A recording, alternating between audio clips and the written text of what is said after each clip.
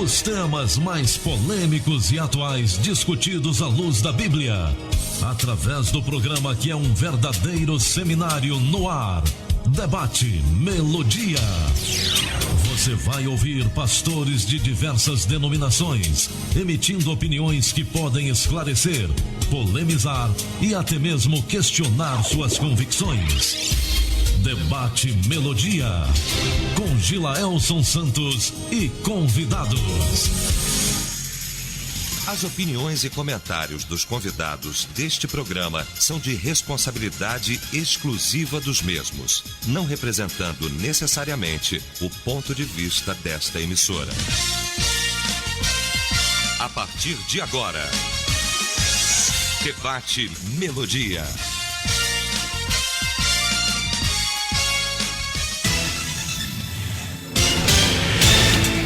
Olá, gente amiga, bom dia, estamos de volta. Hoje, quarta-feira, já é 23 de abril. O debate volta trazendo um tema importante para a sua vida cristã. Obrigado por sintonizar a Melodia 87,9 FM. 17 anos, está chegando o nosso aniversário. Muito prazer, somos a Melodia. Somos uma só família, somos Melodia. Rádio é Melodia, rádio é Melodia. É isso, olha gente, 23 de abril é dia do escoteiro, é dia também do livro e do direito autoral. É, rapaz, são as datas aí deste 23 de abril. Pois é, e eu estou recebendo o pastor Jean Ricardo, Igreja Batista Getsemane, que inclusive está com alguns livros nas mãos aí. Pastor Jean, bom dia. Bom dia a todos que escutam. Nós não fizemos lançamento ainda. Eu vou pedir só para o senhor virar esse microfone, que acho que ele está ao contrário. Aqui assim? Muito bem. Ah, tá. Nós recebemos semana passada da editora, né? O livro que nós fizemos, que nada mais é que a minha dissertação de mestrado, que nós transformamos em livro. Foi conferido, o teor desse livro passou por 5 doutores em Curitiba, passou por mais 2 doutores aqui em Conquista, passou por revisão, então é ideal para departamento infantil da igreja, departamento de música e para quem gosta de defender, de fazer a apologia da fé cristã. É educação cristã e musicalidade, ferramentas para a formação da cosmovisão bíblica em uma abordagem educacional por princípio. A abordagem educacional por princípio são para escolas confessionais. Então é um livro bacana, são apenas 100 páginas e no final ainda tem uma pequena seleção de hinos, de corinhos, melhor dizendo, bônus, né? De corinhos para que as professoras de escola bíblica trabalhem com suas crianças ao longo do ano letivo. Legal. Eu já garanti o meu, pastor Davi o dele, e se alguém quiser adquirir, pastor, como é que faz? Não, se alguém quiser adquirir, é só entrar em contato, até com vocês aqui mesmo, você passa o contato, meu contato, com o Gilaelson, com a rádio. E esse livro, 100% do lucro desse livro será para a compra de um veículo para fazer missões na zona rural, ali entre Iguá, Batipé, Campo Formoso, aquela região ali, que é muito carente. Muito bem, recado dado, o pastor Davi Amâncio também está conosco, Igreja Batista da Palavra, e está chegando a gincana. É um concurso bíblico, na verdade é o segundo concurso bíblico da Igreja Batista da Palavra, realizado pela Igreja Batista da Palavra, e acontece agora no próximo sábado, dia 25, dia 26, né? Dia 26 de abril.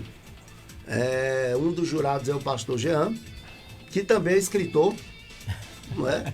Por que não dizer? Eu já adquiri meu exemplar do livro. E também o professor Marcos, do IFBA, é professor de física lá no IFBA, e Dara, que é, na verdade, secretária do ITQ, que também é uma estudante da Bíblia e bacharel em teologia. Vamos então iniciar o nosso debate orando, falar com o nosso Pai que está no céu, vamos falar com Deus. Eu vou pedir o pastor Davi Amâncio ficar presente neste momento ao Senhor. Amado Deus e Pai, aqui estamos para te agradecer por mais um dia. Obrigado pela noite que passou. Obrigado por nos guardar enquanto dormíamos, porquanto estávamos totalmente indefesos. Mas está escrito que não dormite nem dorme o guarda de Israel, e o Senhor é quem nos guarda. Muito obrigado por isso, Pai, por essa proteção. E agora, Senhor, protege a nossa mente. Nos ajude, Pai, para que possamos trilhar o caminho da verdade ao comunicar a Tua palavra. Nós te pedimos isso e te agradecemos em nome de Jesus. Amém. Amém. Vamos então ao caso comum. Aspas. Durante uma conversa na igreja, muito se falou sobre ter fome e sede de Deus. Mas me questiono, por que precisamos ter fome de Deus? Fecha aspas. É possível medir o tamanho da fome e da sede que alguém tem por Deus? Vamos discutir agora este tema no Debate Melodia. Debate Melodia. Pastor Jean, explica pra gente esses termos, essa interpretação de fome e de sede de Deus. O que é fome? O que é sede de Deus, segundo as Escrituras? Olha, vamos começar por fome, né? A fome de Deus, aí a gente pode aprofundar isso aí, né, pastor Davi? Muito, né? Quando Jesus diz assim, eu sou o pão vivo que desce do céu, né? Aí dá pano pra manga. Dá muita manga. Quando ele fala assim, quem não comer minha carne e não beber meu sangue não é digno. Ninguém entendeu nada. Isso foi antes da instituição eucarística, né? Lá com os 12. Eu acredito, pode ser que eu esteja errado, que no momento da ceia eles passaram a entender o que é o pão vivo que vem do céu. Né? O que é o pão vivo que vem do céu. E aí eu entendo que ter fome de Deus realmente é ter o desejo de estar em comunhão plena com Cristo, de estar com Cristo, de se alimentar da palavra, até porque Jesus diz que nem só de pão viverá o homem, mas de toda palavra que sai da boca de Deus. Então é uma figura de linguagem, né? Eu sou o pão vivo que vem do céu. Aí os tantos transubstancialistas como os consubstancialistas vão dizer que Jesus de alguma forma vira pão, né? na nossa boca depois que é abençoado. Ter fome de Deus é isso, é querer mais de Cristo, é querer mais. E ter sede é algo até mais urgente, porque entenda, o indivíduo ele pode ficar 3 dias sem água, ele pode ficar até 3 semanas sem comer. Depois ele vai ter que entrar num estado ali de letargia, mas sem água ele consegue ficar no máximo 3 dias.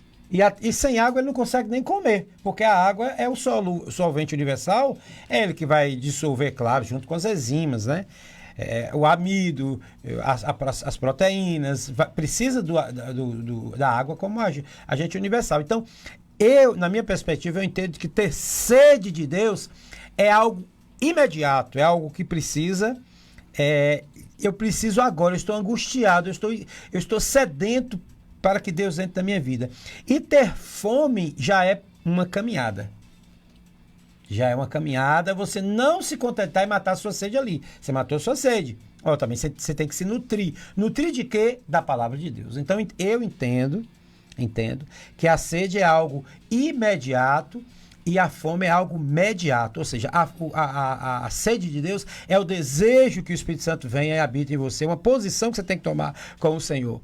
E a fome de Deus é algo mediato, é o meio pela qual você cresce espiritualmente, que é conhecendo a palavra de Deus. Então, basicamente é o meu entendimento, salvo melhor juízo dos colegas que estão aqui.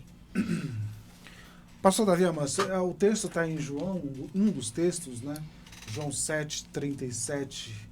E no último dia da festa, Jesus pôs-se em pé e clamou, dizendo: se alguém tem sede, que venha a mim e beba. Como é que é isso, pastor Davi? Interessante é se, né? Esse se.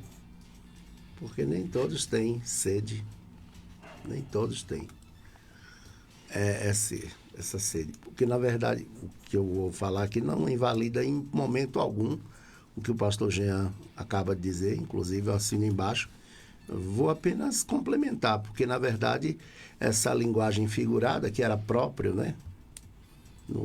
Nas palavras de Jesus, muito se utilizar de linguagem figurada. A própria parábola, né? Que é uma comparação. É você pegar uma coisa, colocar perto da outra para estabelecer uma semelhança, uma distinção. Na verdade, ele está falando de uma coisa para falar de outra. E aí ele está se referindo a essas duas coisas que são duas necessidades básicas na vida do ser humano. Então, Deus precisa se tornar necessidade básica para Davi. E enquanto Deus não se tornar necessidade básica para essa igreja do século XXI, nós teremos sérios problemas. E a gente pode até cantar, viu? Porque diz que crente não conta mentira, canta mentira. Eu tenho sede de ti, né? Pega inclusive o Salmo de Davi e de forma mentirosa, muitas vezes nós cantamos, né? Minha alma tem sede de ti. E quando, na verdade, estamos saciados. Não existe nenhuma sede. Até porque o comportamento de quem tem sede é outra em relação a Deus, né? Se aplicamos isso em relação a Deus. Então, necessidade básica. Deus, é necessário que ele se torne necessidade básica para Davi. Tal como a água e como o alimento sólido. Eu vi, não faz muito tempo, logo quando nós tivemos uma explosão da internet, eu até criei uma frase dos muitos que navegam na rede, de vez em quando alguns são apanhados por ela. Eu vi gente fazendo jejum de internet. O que a pessoa estava comunicando? Porque a linguagem não é inocente. Que a internet era uma necessidade básica dele, a ponto de ser elevada à categoria de alimento. Porque você só faz jejum, ou total ou parcial, daquilo que é alimento. Então, quando a pessoa fez jejum de internet, ela estava comunicando o quê? A internet é um alimento para mim. E eu vou fazer um jejum de internet. Tem gente agora fazendo jejum de outros tipos de coisas. Mas a grande realidade é que quando Jesus diz sobre essa sede, ele está dizendo que se, né, eu tenho essa sede, eu devo ir a ele. Por quê? Porque fora dele nós vamos entrar em processo de definhamento. Eu vi uma frase, o infinito, essa sede infinita que tem no ser humano, essa fome infinita, só pode ser saciada através do infinito. Né? Então, o problema é que a gente quer resolver o infinito com o finito. Não vai dar certo nunca. Não vai dar certo. Então, até coisas que não nos cabe saber. Não nos cabe, não é o tempo de saber, mas a gente quer saber. Eu tenho uma pessoa que eu discipulo que ele começou a ler a Bíblia do Apocalipse para trás, do final para o começo. Não, eu quero ver logo o final. E me vem com cada pergunta. Vamos lá. Porque é necessidade imediata, né? Muito bem. Vamos, lembrando para você que está chegando agora em nosso debate, nós estamos hoje discutindo essa questão da fome e sede de Deus, o que vem a ser isso, alguns textos bíblicos aqui também, para a gente analisar. Eu vou até pedir o pastor Marcelo, que a gente abre nesse texto de João 7, que eu acabei de ler um verso agora, porque o escritor ele dá a interpretação aqui e a gente vai ver aqui. O texto diz o seguinte, no verso 37, eu vou ler novamente. No último e mais importante dia da festa, Jesus levantou e disse em alta voz: se alguém tem sede, venha a mim e beba. Quem crê em mim, como diz a Escritura, do seu interior fluirão rios de água viva. Aí o verso 39. Ele estava se referindo ao Espírito, com E maiúsculo, que mais tarde receberiam os que nele crescem. Até então, o Espírito ainda não tinha sido dado, pois Jesus ainda não fora glorificado. É aqui que alguns começam a dizer, não, esse é um profeta, outro, não, ele é o Cristo e tal, e começa aquele murmúrio entre o povo. E aí, pastor Marcelo, esse texto aí? Eu acredito que o texto ele é autoexplicativo, né? Porque fala de que Jesus chega e, ao dizer que quem tem sede vem a mim e beba, porque ele é a fonte da água viva. Então, ele, além de ser a água viva, é a fonte. Dele é que brota a vida eterna. Por quê? Desculpem. Porque Jesus vai falar que a vida eterna é conhecer o Pai. Não é? Isso é que é vida eterna, é conhecer Deus. E aí ele diz que quem crê em mim, como diz a Escritura, eu acho que para mim a chave está aqui, Gila, é que quem não tem fome da palavra e sede da palavra, não tem fome nem sede de Deus. Para mim perpassa por aí, tá? Porque se eu não tenho fome e sede da palavra, não tenho vontade de ler, de analisar, de interpretar, vou colocar só ler. Se eu não tenho vontade de ler, revela que eu não tenho vontade de ter um compromisso maior com o meu Senhor ou intimidade maior com Ele. Porque, veja só, quem crê em mim, como diz a Escritura. Então, a forma correta de crer é uma só. É como a Bíblia diz que tem que ser. E não há outras formas de crer em Jesus, senão do jeito que a Bíblia diz. Logo, se eu não leio a Bíblia, eu nunca saberei qual é a forma correta de crer em Jesus. E se eu não leio a Bíblia, se eu não tenho vontade, eu vou ficar nessa sede e nessa fome a vida toda. Porque o que vai matar a minha fome e minha sede de Cristo é a Escritura, já que eu não posso tê-lo, igual eu estou tendo o pastor Davi aqui ao meu lado, pastor Jean e você, eu não posso tê-lo palpavelmente ao meu lado, mas eu tenho a Escritura. Por isso é que certas religiões anulam a Escritura, para que as pessoas não queiram conhecer a verdade, conhecer a forma correta de crer. Aí ele anula a Escritura, coloca-se tradição acima da Escritura, e aí acredita-se que dessa forma está tudo certinho. Eu penso que o contrário, eu acho que se não conhecer a Escritura, não tem como. Logo, a Escritura eu tenho na mão, eu posso ter um relacionamento palpável com ela. E ela sim é que vai matar a minha fome, a minha sede, porque a própria Escritura é a verdade e a verdade é o próprio Cristo. Então, quer ter um relacionamento íntimo com Cristo? Você tem que ter um relacionamento íntimo com a Bíblia, com a Escritura. Tá. E o verso 39 que diz que ele está se referindo ao Espírito Santo? Exato, porque do seu interior fluirão rios de água viva. Esses rios, no verso 39, está sendo explicado. Esses rios são o Espírito Santo que nós receberíamos, que quem crê em mim, como diz a Escritura, do seu interior fluirão rios de água viva. Tem pessoas que acham que esse fluir de águas vivas é uma manifestação carismática, especialmente de dom de línguas, né? Não é isso aí, mas é uma vida abundante em Cristo Jesus, onde o Espírito Santo vai fluir dessa pessoa para outras pessoas, como você vê Pedro e João no templo, o rapaz lá paralítico, um aleijado, né? Lá na porta do templo, e naquela hora Pedro diz, olha, eu não tenho prata nem ouro, mas o que eu tenho eu te dou. Em nome de Jesus Cristo, levanta e anda. Para mim, esse é o fluir, onde João tem a fonte, João tem a água viva e passa para o outro a água viva. Quando o pastor Davi está ministrando a palavra de Deus, ele tem a água viva, passa para os que estão ouvindo essa água viva, porque é o Espírito Santo que está usando ele. É a minha forma de analisar, tá?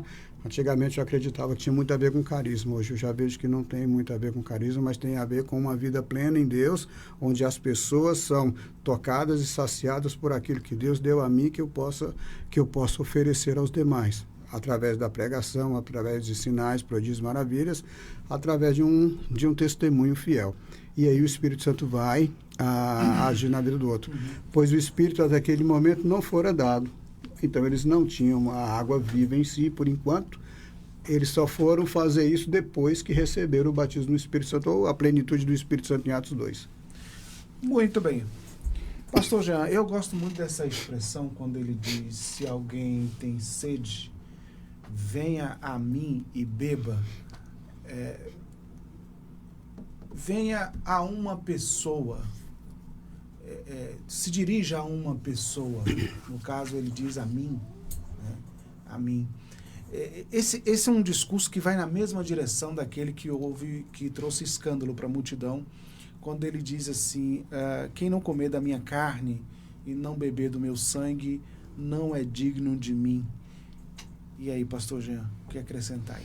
Olha, veja só, há muitas coisas na Bíblia, sobretudo no Novo Testamento, principalmente no Novo Testamento, que eram adágios, eram jargões populares, como é que eu poderia dizer assim para você? Era alguma coisa de conhecimento geral. Eu vou dar só um exemplo aqui. A figura lá de Apocalipse, da mulher grávida, só um exemplo para vocês entenderem. A mulher grávida de um Deus que é perseguido por um dragão. Essa mesma história era uma história que já corria no Mediterrâneo, só que com referência a outra divindade, né? Que era uma ninfa grávida de Apolo, que estava com Apolo no seu útero agora esqueci a mulher de Zeus o nome agora. Hera, né? Hera fez uma cobra gigante, Piton, para persegui-la. Então é uma história assim, que as pessoas, quando ouvem aquela história, entendem do que se está tratando. Então, quando Jesus diz assim, aquele que tem sede, vem até mim, ele está dizendo, eu sou o oásis que vocês, quando estavam no deserto, vindo lá da Babilônia, atravessou ali o deserto, para vir aqui ao templo, vocês que estavam em Cirene, vocês que estavam na Etiópia, que subiram, e as paradas nesses caminhos eram aonde? Nos oásis. Por exemplo, Damasco, pouca gente sabe, é um oásis. Ele cresceu em torno de Oásis, a capital da Síria. É um grande oásis que havia ali. Então era a rota de quem vinha do Oriente parar naqueles oásis por causa da sede. Os animais tinham sede, eles tinham sede. Então, quando Jesus diz aquilo ali, ele vai no inconsciente do camarada e fala assim, olha, no momento de desespero, na travessia desse deserto, eu preciso de um oásis para parar, e aí eu me satisfaço. E aí quando Jesus diz, aquele que tiver sede vem até mim, ele está dizendo assim, a sua satisfação espiritual, da mesma forma que a sua satisfação de hidratação no deserto, você só vai encontrar em mim, não na religiosidade. Essa semana eu vi uma coisa interessante, porque entenda o contexto que ele estava falando. Ele estava falando no contexto do templo, que tinha gente que vinha de vários lugares, a maioria deles vinham de deserto, quando não vinha, atravessava o mar, que a água doce também é um problema no mar.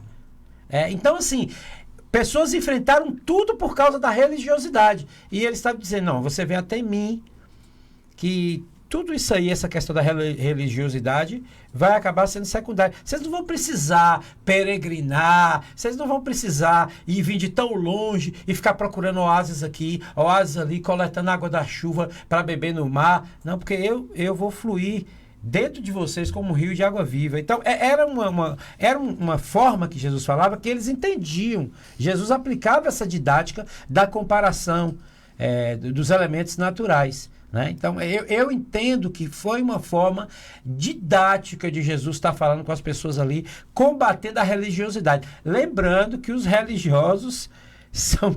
Essa semana eu vi. Os religiosos são piores do que os ímpios, né? Porque os religiosos crucificaram Jesus, né? Os religiosos, né? Enquanto os ímpios o saudaram quando ele entrou em Jerusalém, e depois foi corrompido pelos religiosos a crucificar Jesus. Então a gente tem que ter muito cuidado com a religiosidade. Olha, na nossa comunidade de fé, eu volta e meia falo para os meus irmãos em Cristo, irmãos, não venham para a igreja por vir. Não entregue o dízimo por entregar, esperando barganhar com Deus. Não deixe de pecar para alcançar a salvação. Deixe de pecar porque você já é salvo. Entregue o dízimo porque você já é salvo. Venha para a igreja porque você já é salvo. Essas obras são consequência dos rios de água viva que fluem dentro de você. E se você ainda estiver buscando a penitência, seja na área financeira, seja no seu tempo, seja com comida, seja com... para alcançar o objetivo que é Jesus Cristo, está errado. Você está tornando o fim, o que era para ser a consequência, está virando causa. Gílio, posso fazer um comentário? Sim, é só um texto que eu queria ler aqui, que de 1 Coríntios capítulo 10, verso 4, que diz o seguinte: e beberam da mesma bebida espiritual, pois bebiam da rocha espiritual que os acompanhava, e essa rocha era Cristo. Está falando lá do Velho Testamento, quando Moisés, então, Deus disse para Moisés ordenar a rocha, que a rocha brotaria água.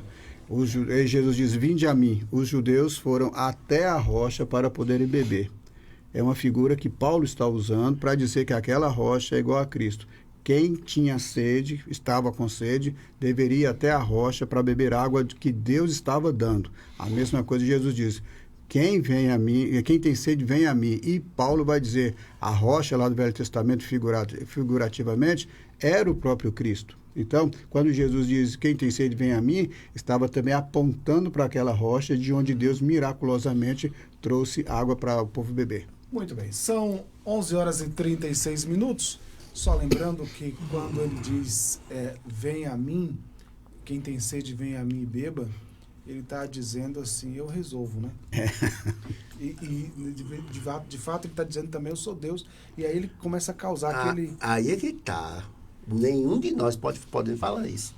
Só Deus. Só Deus. Qualquer um de nós, se falarmos isso, é uma presunção sem limite. Agora, eu já ouvi alguns pastores apenas dizendo... Deus pode falar isso. Como apenas Deus pode dizer, antes que Abraão existisse, eu sou. Entendeu? Como apenas Ele pode falar coisas que Ele falou, como essa aí. Agora, daí até entenderem isso, porque muita gente via apenas como homem e não como Deus. Aí era demais. Por isso que queriam apedrejar ele quando ele disse que era o pão vivo que desceu do céu.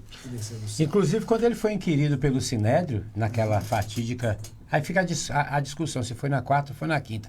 Eu não quero entrar nesse mérito. Para nós aqui ocidentais, foi na quinta. Na quinta-feira que ele diz assim, você disse que é filho de Deus, não sei o que. Aí começou aquela confusão, o Sinédrio não tinha nada. Aí ele disse, olha, eu sou o que sou. Pronto. Olha, e falou com a própria palavra, a boca dele, e agora vamos mandar matar. Nós vamos ao intervalo. Já a gente retorna, o papo está muito bom. Tem outras perguntas aqui para serem alcançadas. Já a gente volta. Estamos apresentando Debate Melodia. Você sabia que a maior parte do nosso planeta é coberta por água? Então, água está sobrando, certo? Errado. Só 1% de toda a água do mundo pode ser usada para consumo. Portanto, precisamos economizar. Colabore hoje, fazendo suas atividades sem desperdiçar água, para ela não faltar amanhã. A Melodia tem o apoio cultural das empresas a seguir.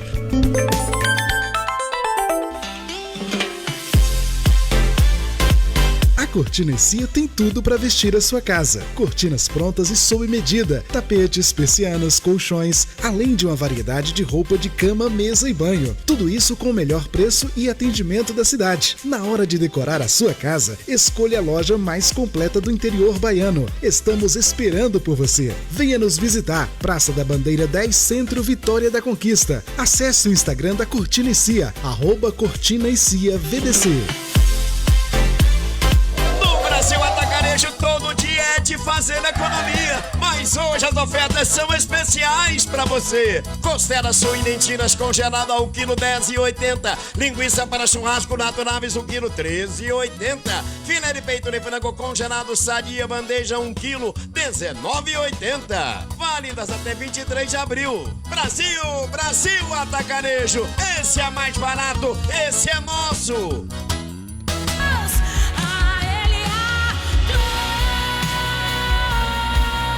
Conferência de aniversário da Igreja Batista Getsemane, 53 anos. Tema: Semeando para o Reino. Dias 25, 26 e 27 de abril, às 19h30. Preletor Pastor Cláudio Guiomar, de Belo Horizonte. Rua Jorge Stolz, número 5, Centro.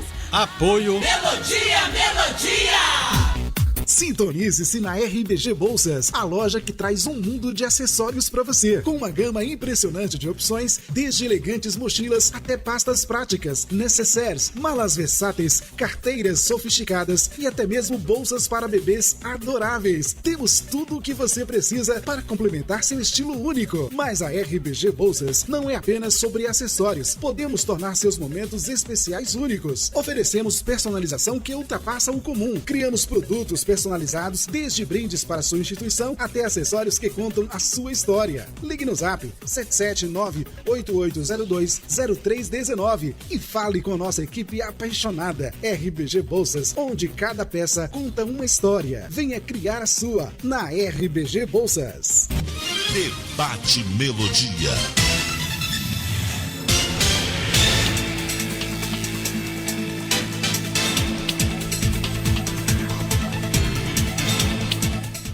Muito bem, de volta às 11 horas e 41 minutos, nós estamos discutindo hoje sobre a sede, fome de Deus, o que vem a ser isso, como saciar essa sede, como que a gente detecta essa sede, será que eu estou mesmo com sede, com fome de Deus, ou eu estou simplesmente emocionado, né? Ou eu estou...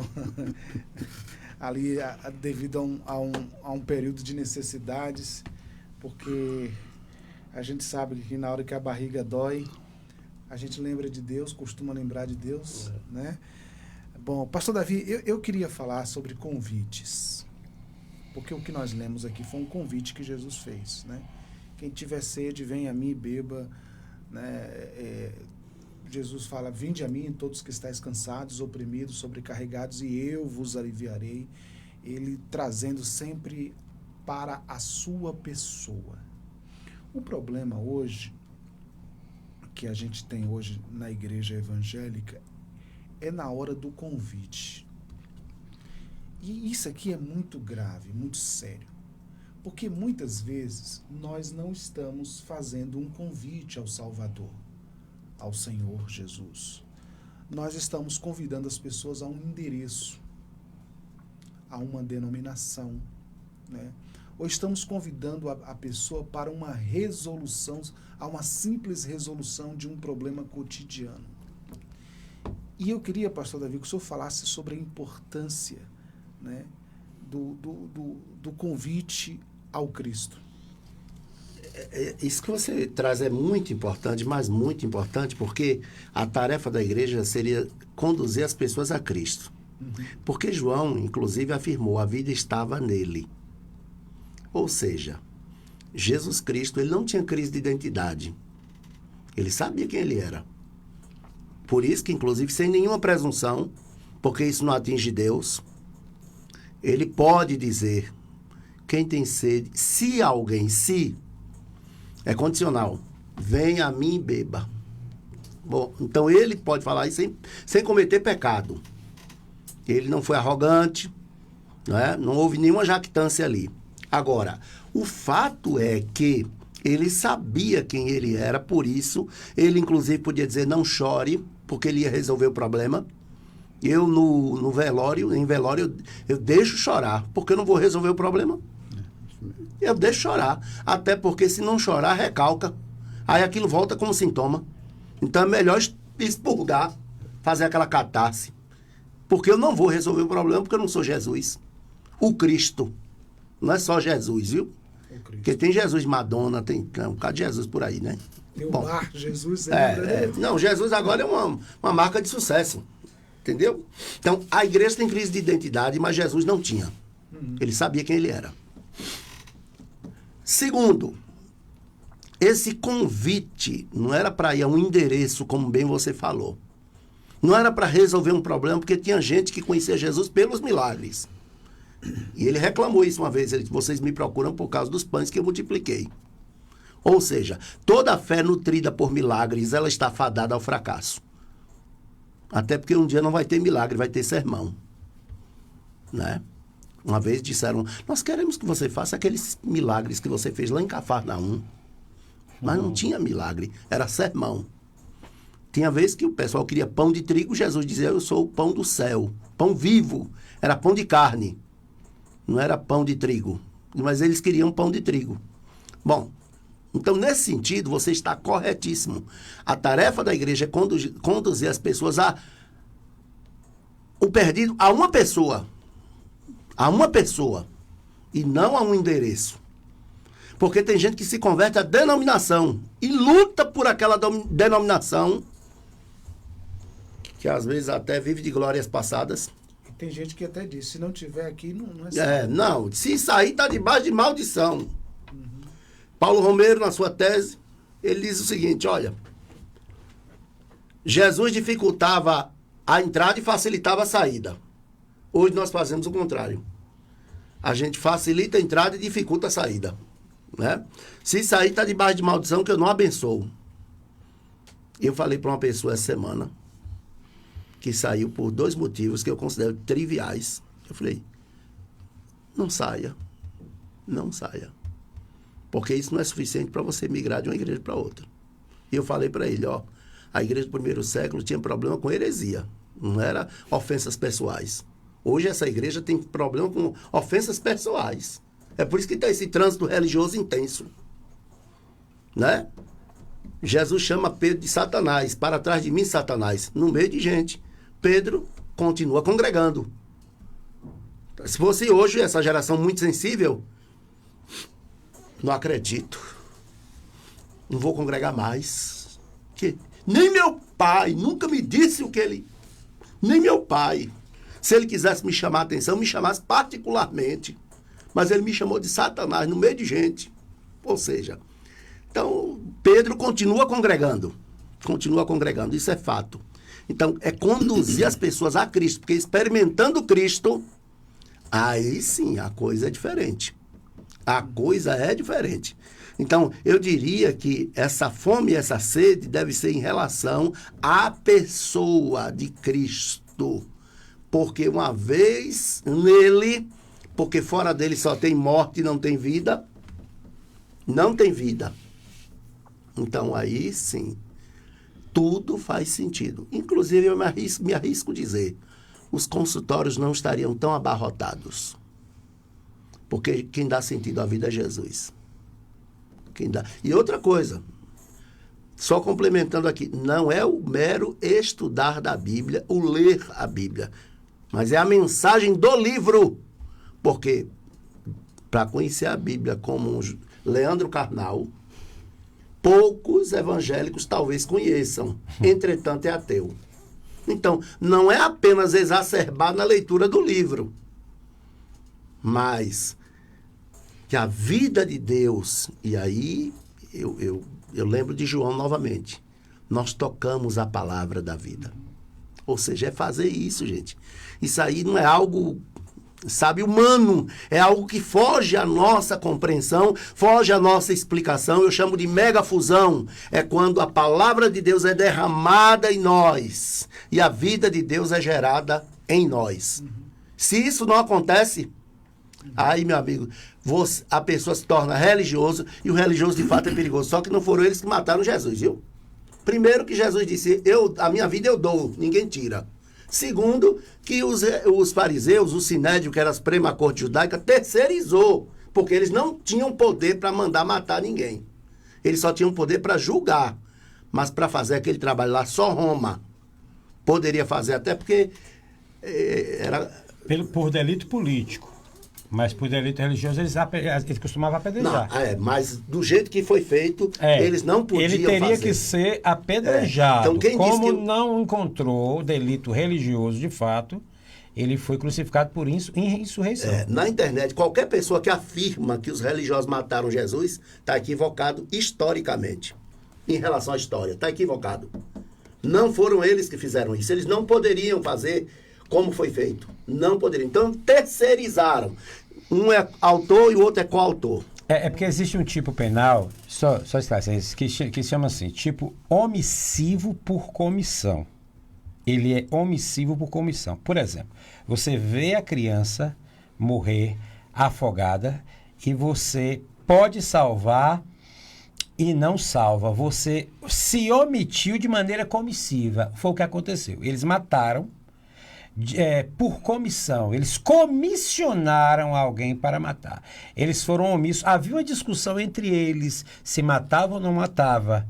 E aí alguém sacou a ideia do homicídio. Então vamos deixar lá, porque aí a gente não tem nada a ver com a história. Eles estão se omitindo de maneira comissiva. Nesse caso também, então, Pilatos fez a mesma coisa, ao lavar as mãos? Pilatos fez a mesma coisa, porque exatamente ninguém tinha poder, e aí eu concordo, de matar Jesus. Ninguém podia. Como é que se mata Deus?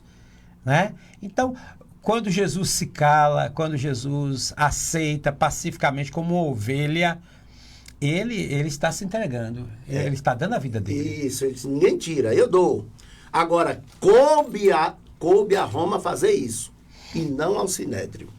Alto lá, porque senão é desconhecimento histórico. Não foi o Sinédrio quem fez isso. Não foi. Foi Roma. Muito bem. Olha, gente, 11 horas e 51 minutos. Vamos lá. Ô, pastor Marcelo, eu queria falar sobre essa saciedade que o Cristo propõe a nós. Porque no episódio da mulher samaritana, ele falou assim para ela, olha, se você beber dessa água, você vai voltar a ter sede. Mas se você beber da água que eu lhe der, jamais você terá sede. Pastor Marcelo, o que explica essa saciedade que o Cristo propõe? Porque, assim, outro dia eu vi um testemunho de uma irmã que saiu glorificando a Deus no meio da rua e saiu assim glorificando a Deus porque o ladrão tinha roubado o relógio dela, né? Ao passo que outras pessoas ficam com raiva, vai para cima, querer matar, querer bater e tal. Essa coisa de você estar em paz, mesmo quando tá tudo conspirando contra você. Às vezes você perde um ente querido, mas você continua em paz. Essa saciedade, esse contentamento, pastor Marcelo, que o Cristo propõe? Olha, vamos então tentar separar as coisas. Primeira coisa é o seguinte, essa saciedade que a mulher, essa sede que a mulher samaritana tinha, era uma sede de vida eterna, tá? Essa sede foi realmente saciada, como todo aquele que crê em Jesus Cristo tem sua sede saciada. Por exemplo, eu creio que eu recebi a Jesus como meu Salvador. Logo, eu não tenho mais necessidade de recebê-lo de novo. A minha sede foi saciada. Tá?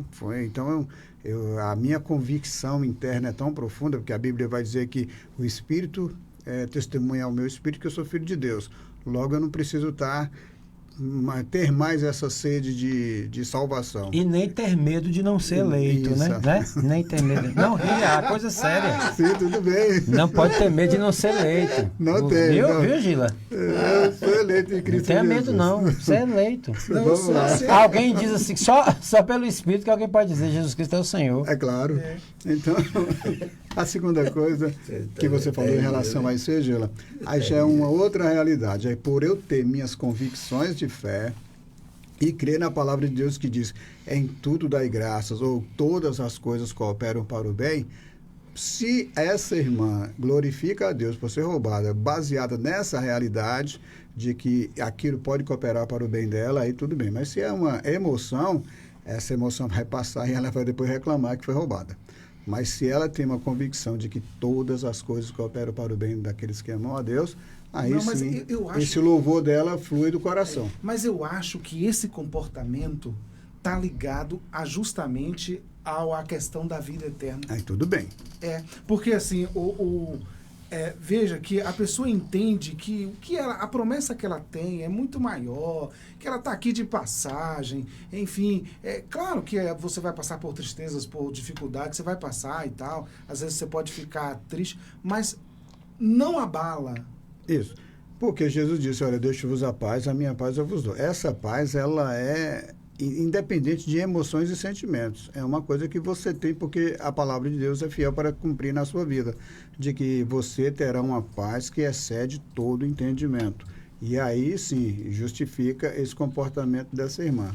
Gostaria também de ter uma vida assim, onde eu aprendesse a ter uma paz que excede todo entendimento e que isso venha a me trazer esse conforto de que todas as coisas cooperam para o meu bem. E aí eu viveria muito mais feliz, muito mais tranquilo, sabendo dessa realidade e vivendo essa realidade. Mas eu penso que isso aí também advém de uma maturidade, de um relacionamento com a palavra de Deus, com o próprio Cristo. Pastor Davi e pastor Jean já falaram disso aí. Esse Cristo que João diz, nós tocamos, nós ouvimos, nós conversamos com ele e tal. Ter um relacionamento íntimo com ele, e isso vai trazer esse sentimento que você está falando. O que eu tenho é infinitamente maior, que é o Senhor Jesus Cristo, do que tudo que eu possa ter neste mundo, se eu tenho ou se eu perco, como Jó muito bem fala. O Senhor deu, o Senhor tomou, bendito seja o nome do Senhor. Isso, para mim, já é fruto já de uma maturidade de andar com Cristo. Deixa eu tentar explicar uma coisa aqui que é importantíssimo. 2 pontos. Amor e fé. Os apóstolos morreram do jeito que morreram, inclusive. E hoje, inclusive, se a pessoa não está pronta para morrer de morte natural, quanto mais de morte matada. Então, não era somente fé, foi amor também. Porque por amor, uma pessoa é capaz de morrer por outra. Por outra pessoa é capaz de morrer. Segundo, o ápice da fé cristã é perder o medo da morte. O ápice da fé cristã. Oh, glória. É perder... Essa frase eu cunhei baseado, inclusive, nos apóstolos. Porque a espada não envergou aquela espada que cortou a cabeça de Paulo. E ele sabia que ia morrer, mas queria. Estava pronto. Ou seja, estou sendo oferecido. Como libação. E o tempo da minha partida está próximo. Ele sabia, mas mesmo assim não recua. Isso aí foi o quê? Foi suicídio? Não. Foi kamikaze? Não. Não foi estilo kamikaze. Não. O ápice da fé cristã é perder o medo da morte. É dessa fé que a gente precisa. Aí no Brasil. Eu posso mencionar algo aqui da tradição cristã? Não tá, eu falando, às vezes me perguntam, você está onde isso na Bíblia, pastor? Não tem lugar nenhum, é tradição, né? A tradição diz que Pedro é uma pessoa extremamente problemática. E Jesus até falou, você quando te converteres, né? Pedro passou tantos problemas naquela questão judaizante e tudo. Mas dizem, né, que Pedro estava em Roma e viu que o bicho ia pegar, pegou a via Ápia e falou, vou embora. Aí diz a tradição que Jesus apareceu para ele, voltando para Roma. E aí ele pergunta, Senhor, para onde está indo? Aí ele diz assim, eu vou ser crucificado novamente, Pedro. E que Pedro entendeu que ele deveria voltar para estar com suas ovelhas em Roma e ser crucificado. Isso é uma coisa da tradição, é verdade, não é verdade? Eu não sei, eu sei que é uma passagem muito bonita, que só até na hora da morte, Pedro queria fugir. Eu só sei que o texto diz, na beira do rio, lá comendo um peixinho, que Jesus falou como ele ia morrer. E ele não recuou. Pula essa parte, aí não. Estava tudo bem, até aí. Não, Jesus falou, outros vão... Hoje você vai onde você quer ir, mas futuramente vamos levar. Entendeu? Então, é João que diz assim, e Pedro entendeu de que morte ele haveria de morrer. Então, pronto. É dessa fé que nós estamos a falar.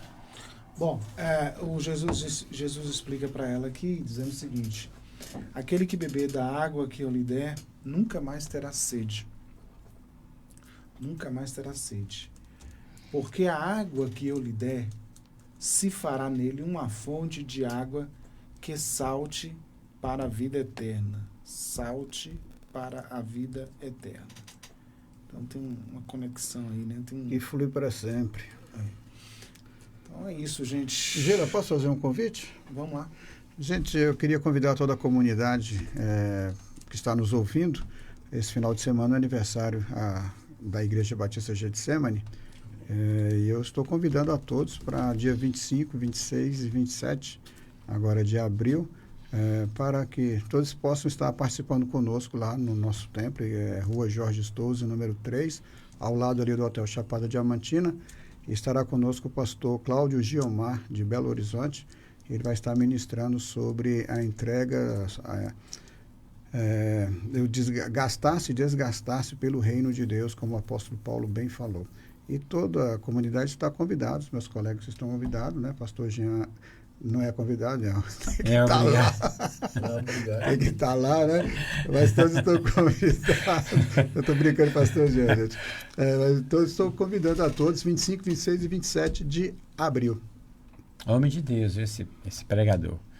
Colega meu na área da engenharia florestal, a gente bate altos papos. Muito bem, gente. Quero agradecer aqui os nossos debatedores. Obrigado você também pela audiência, Melodia.